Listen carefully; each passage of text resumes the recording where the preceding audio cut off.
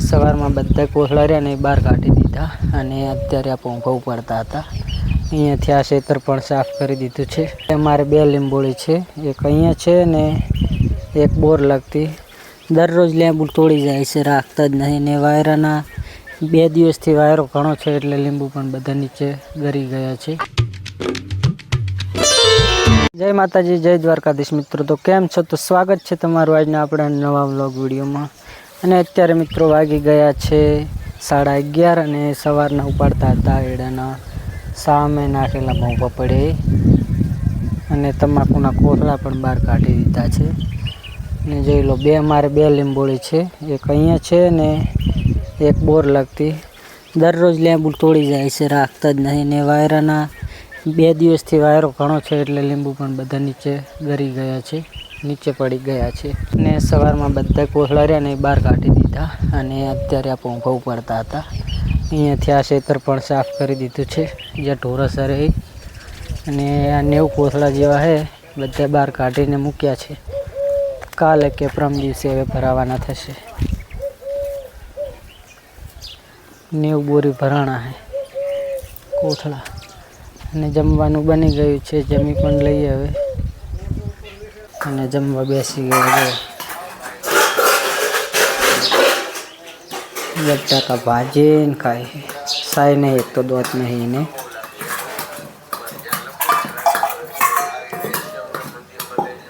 પંખો ચમ ના ચાલુ કર્યો? હવે તો હવે ચાલુ કરું ને.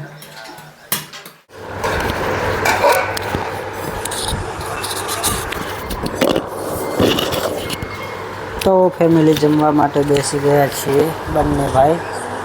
આ ભાઈએ છાશ પીવે, બટેકાના શાક બનાવેલું છે. બેઠા છીએ, પૂણા 12 વાગી ગયા છે. સવારના એરંડા એટલે હવે જમવા બેઠા છીએ. ખાતા ખાતા જોઈ રહ્યા છે. તો ફેમિલી અત્યારે વાગી ગયા છે 8:30 અને જો હજી તો બનાવવાનું ચાલુ જ છે. અને આ લોટ ચમુ કાઢો મેલે હજુ કાંઈ નહીં, કોઈ પાત્રો નહીં. અને આ બાજુ દાળ ઢોકળી બનાવે છે માહી હારું. જો બીજું તો બધું બની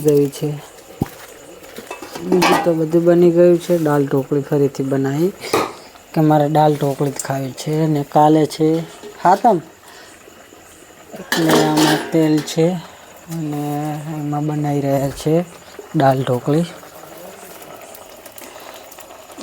કેવી બને છે? એનું નામ શું છે? ઠોંબરો રોંધ્યો છે કાલે શીતળા સાતમ એટલે. હાર્દિકભાઈ આજે જલ્દી સૂઈ ગયા છે.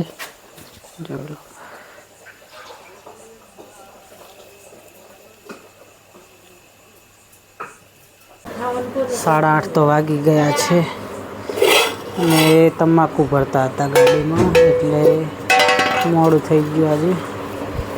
આમાં બપોરાનું શાક પડ્યું છે બટાકાનું.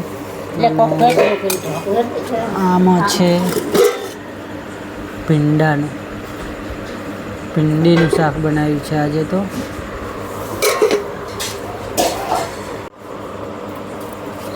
તો પહેલાં ભીંડીનું શાક ખાઈ લઈએ અને પછી બપોરાનું બટાકાનું. કોણે ખાધું?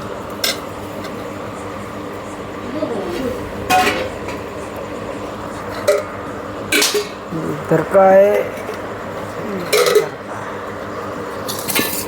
ये इधर का है. હાલને બપોરે કીધું દવા લેવાનું, દવા ના લીધી અત્યારે પડ્યા.